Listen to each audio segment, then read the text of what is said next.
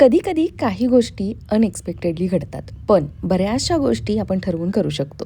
त्यामधलाच एक पार्ट म्हणजे अगदी सकाळी उठल्यानंतर दिवसाचं प्लॅनिंग करायचं, की आजचा दिवस कसा जायला हवा हे मनातल्या मनात ठरवायचं. कधी-कधी नोटसुद्धा काढायच्या, की प्रायोरिटी बेसिसवरती ही कामं आपल्याला करायची आहेत. तर हाय, हॅलो, नमस्कार. मी शुभांगी तुम्हा सर्वांचे एका नवीन व्लॉगमध्ये अगदी मनापासून स्वागत करते. आणि काल मी जे काही कर्टन्स भिजत ठेवले होते टाईडमध्ये, त्यांची अवस्था पाहिलीत तुम्ही? किती सारं काळं पाणी निघालं यामधून. मशीनला लावत नाहीस का ताई? अशी कमेंट होती. तर एकदा लावले होते मी, त्यानंतर नाही लावले. कारण हेच रिझन आहे, की पुन्हा प्रेस करताना कर्टन्स खूप त्रास होतो आणि इतकं सारं काळं पाणी असतं त्यामध्ये. डबल साबण लावून मला छानपैकी स्वतःच्या हाताने घासायला हे कर्टन्स आवडतात. अगदी स्वच्छही निघतात पांढरेशुभ्र. म्हणूनच मी मशीनला लावायचं बंद केलं आहे. आणि हे इथं काय सुरू आहे? ही आहोंच्या पहिल्या सॅलरीतून म्हणजे पहिल्या जेव्हा जॉब लागला तेव्हा त्यांनी घेतलेली बॅग आहे. तिची अवस्था बघा सध्या काय झाली आहे. मी यांना ना माझ्या बँगल्सची रिसिट शोधायला लावली होती आणि आम्ही ना एक फाईल केली आहे ज्यामध्ये आम्ही घेतलेल्या सगळ्या गोल्डची रिसिट अगदी जपून ठेवलेली आहे. आणि आहोंना तेच खटकत होतं की तीच रिसिट नेमकी कशी काय सापडत नाही बुवा. आणि आहे ती सापडली नंतर वेगळीकडे माझ्याकडूनच ती ठेवण्यात आली होती. एक मिनी व्लॉग बनवायचा होता, शॉर्ट्स बनवायचा होता. जसं की ऑलरेडी तुमच्यापैकी बऱ्याच जणींनी तो शॉर्ट्स पाहिला असेल. त्याचसाठी मी ही अशा पद्धतीनं तयार झाली आणि वेगवेगळं कॉम्बिनेशन करून मी दाखवते या गोल्ड बँगलचं. तर मी हे अशा पद्धतीनं घालत असते, ट्राय करत असते. जसं की कॉटनची साडी वगैरे असेल त्यावरती मला जर का ग्रीन बँगल्स घालाव्याशा वाटल्या तर मग मी 2-2 ग्रीन बँगल्स आणि या सोन्याच्या बांगड्या अशा पद्धतीनं ते घालत असते. कधी-कधी फक्त सोन्याच्या, एकाच हातात साऱ्या या सोन्याच्या. तर असं आपण वेगवेगळं आपल्याला आवडेल तसं कॉम्बिनेशन करू शकतो. आणि याची आठवणही सांगितली मी तुम्हाला, की ही मी माझ्या SIPमधून केलेल्या बँगल्स आहेत आणि खरंच डिझाईन सुंदर आहे ना. अगदी गोकाकवरून मला मेसेज आला आहे, की लव्ह फ्रॉम गोकाक. छान वाटला तो मेसेज वाचून, की डायरेक्ट गोकाकपर्यंत माझा व्हिडिओ पोहोचला की काय. जेव्हा मी भोसरीच्या PNGच्या ब्रँचमध्ये या बँगल्स पाहिल्या ना, तेव्हाच मनातल्या मनात फायनल करून टाकल्या होत्या. दुसरा थॉट मनात न आणता या बँगल्स आम्ही घरी घेऊन आलो होतो. कर्टन स्वच्छ धुवून, पिळून मी असे नितळायला ठेवले होते आणि आता मात्र ना प्रेस करायला जास्त त्रास नाही होत आणि सुकतातही पटकन हे. कारण खूपच हलके-फुलके आहेत. पिंपरीच्या कुकरेच्या शॉपमधून आम्ही आणलेले हे कर्टन्स आहेत बरं का. आणि खूप छान टिकले. 3 वर्ष झाली याला आणून. आणि धुतल्यानंतर अगदीच पुन्हा स्वच्छ नव्यासारखे होतात.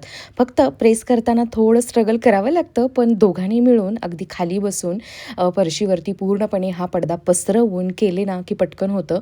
बघूया की आज आता होणार आहे का? कारण खरंच खूपच स्ट्रगल असतं राव या प्रेसमध्ये. पण बाहेर ना किलोवरती खूप रेट घेतात राव. 5,500 ते 6,000 रुपये बिल केलं जातं हे सारे घरातले कर्टन्स एका वेळेला जर का ड्रायक्लीनला दिले तर.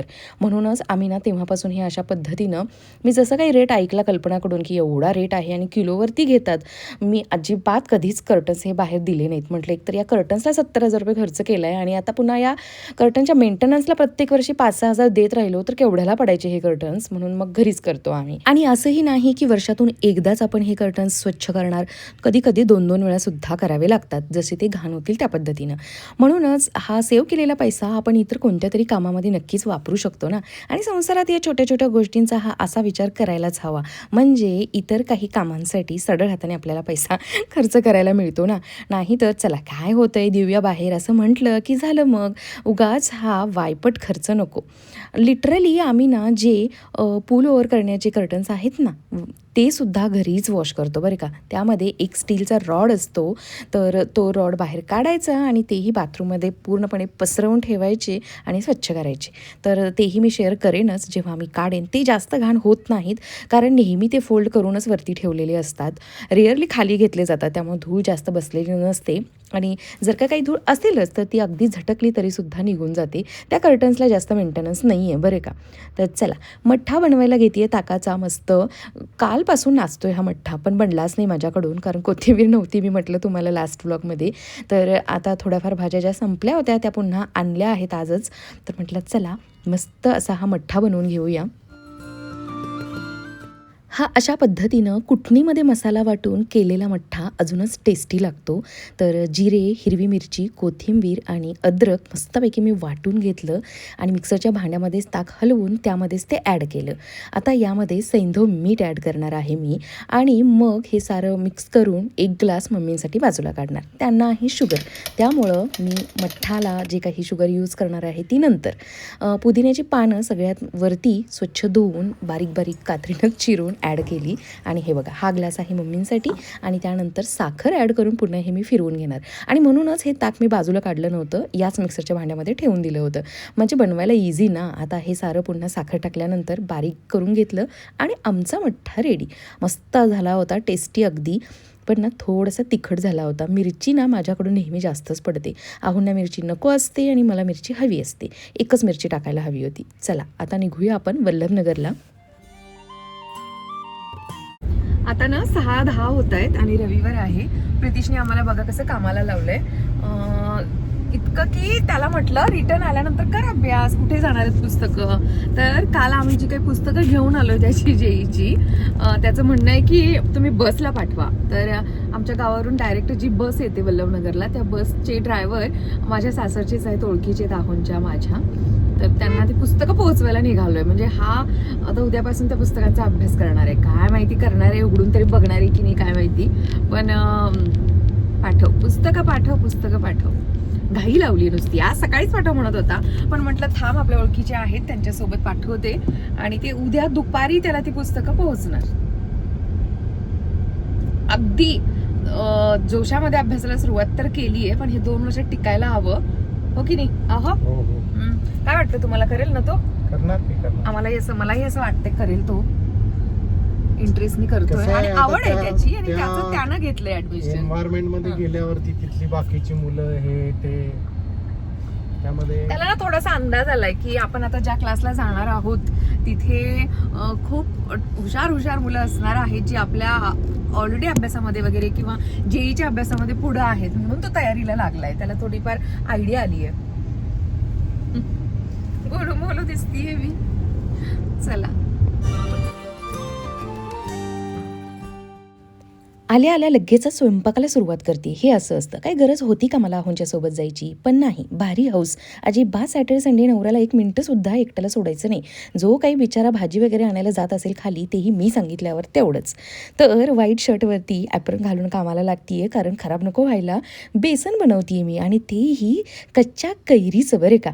एक सहजच वायटीवरती शॉर्ट व्हिडिओ आला आणि कैरीचं बेसन होतं. म्हटलं अरे आपल्याकडे तर कैरी अवेलेबल आहे, आपण ही लगेच ट्राय करून बघूया.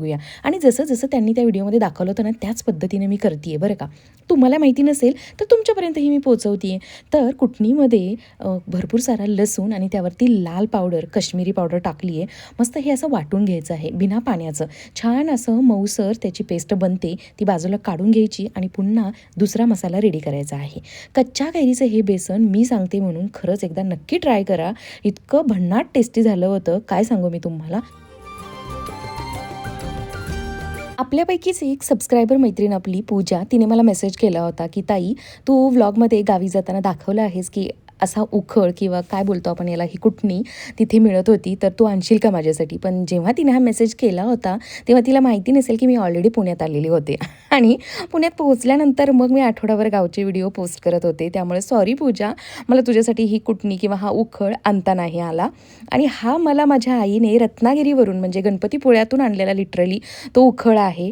माझा भाऊ बिझनेस करतो, चुलत भाऊ, तर तो तिकडे गेला होता कामासाठी आणि त्याने आणले होते. म्हणजे आईने त्याला आणायला सांगितले होते 2, कारण मीच आईला सांगितलं होतं की तू जर का माझ्यासाठी हा असा उखळ नाही आणलास ना, तर मी तुझी घरातली जी काही कुटणी आहे ना, जी मला प्रचंड आवडते, ती मी घेऊन येईन मग पुण्याला. आणि तुम्ही कदाचित गावच्या व्लॉगमध्ये पाहिली असेल, ती खूप सुंदर कुटणी आहे आईकडे. तर हे बघा, नॉर्मल आपण जसं बेसन बनवतो ना तसंच बनवायचं आहे आणि फोडणीमध्ये खिसलेली कैरी कच्ची ॲड करायची आहे. बरं, मी बेसन करताना नेहमी या उखळामध्येच मसाला वाटून घेते आणि खरंच चवीमध्ये फरक जाणवतो. मिक्सरला वाटलेला मसाला आणि या कुटणीमध्ये वाटलेला मसाला. आता मी एकदा कुटणी म्हणते, एकदा उखळ म्हणते, समजून घ्या हां तुम्ही. तर फरक लागतो बरं का चवीमध्ये. जर का तुमच्याकडे नसेल तर तुम्ही नक्की असा हा दगडी उखळ घेऊन या बरं का. खरंच टेस्टमध्ये फरक पडतो. तर मी बेसन बनवते तोपर्यंत आहोंनी जे काही कर्टन्स मोठे मशीनला लावले होते. हां, हे कर्टन्स मी मशीनला लावते कारण हे भयानक जड आहेत, हात दुखतात ते धुताना आणि हे इतके काळे पण नसतात जितके व्हाईट काळे झालेले असतात. खूप दिवसांपूर्वी यूट्यूबवरती मी एक व्हिडिओ पाहिला होता की डायरेक्ट गॅस फ्लेमवरती भाकरी भाजली तर कॅन्सर होऊ शकतो. आणि तुमच्यापैकीही बऱ्याच जणांनी अगदी काळजीपोटी मैत्रीण म्हणून मला तुम्ही कॉमेंट केली होती की ताई तू डायरेक्ट गॅस फ्लेमवरती भाकरी भाजू नकोस, ती चांगली नसते तब्येतीला, हेल्थला, कॅन्सर होऊ शकतो.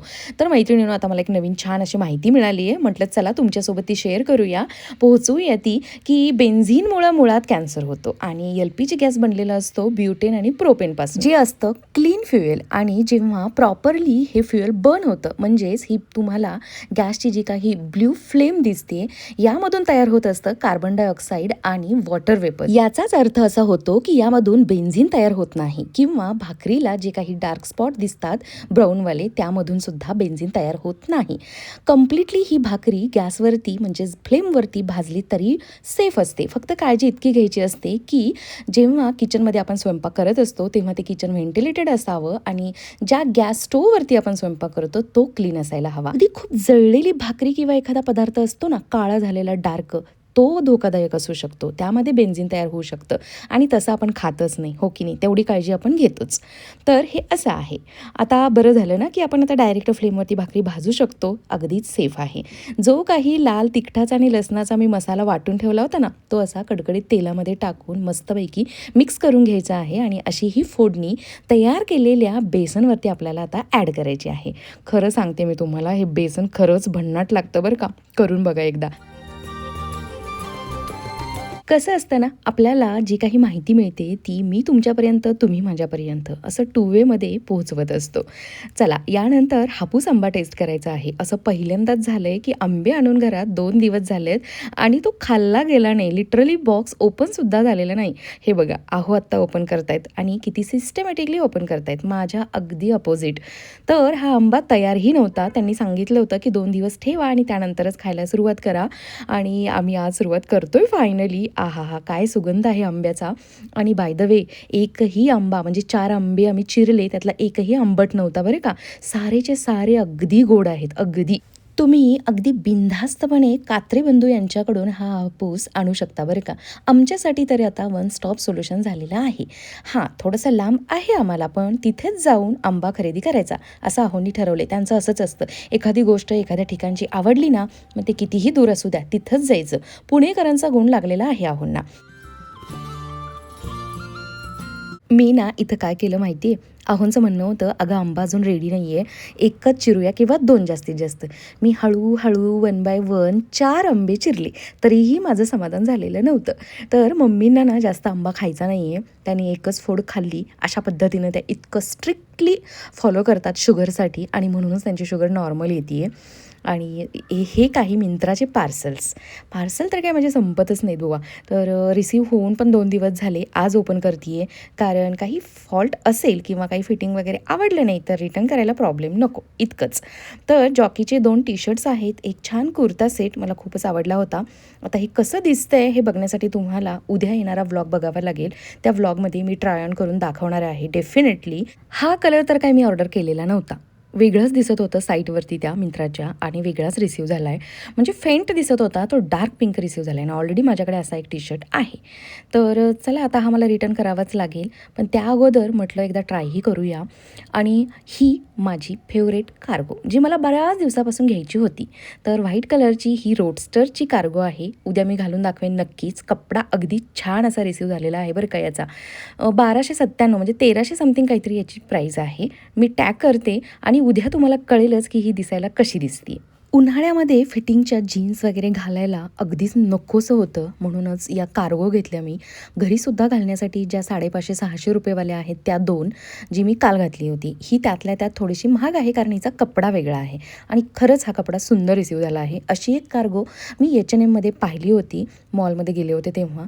तर तिथे मी घ्यायचं डेअरिंग केलं नव्हतं आणि तेव्हापासून माझ्या मनात होतं की नाही घ्यायचं आहे. मिंत्रावरती दिसली आणि मग मी कार्टमध्ये टाकून ठेवली होती. ती फायनली आज मला रिसीव झाली आहे. व्हिडिओ आणि माझी शॉपिंग कशी वाटली हे सांगायला विसरू नका. पुन्हा भेटेन उद्या एका छानशा व्हिडिओमध्ये. व्हिडिओ आवडला असेल तर एक लाईक नक्की करा. बाय.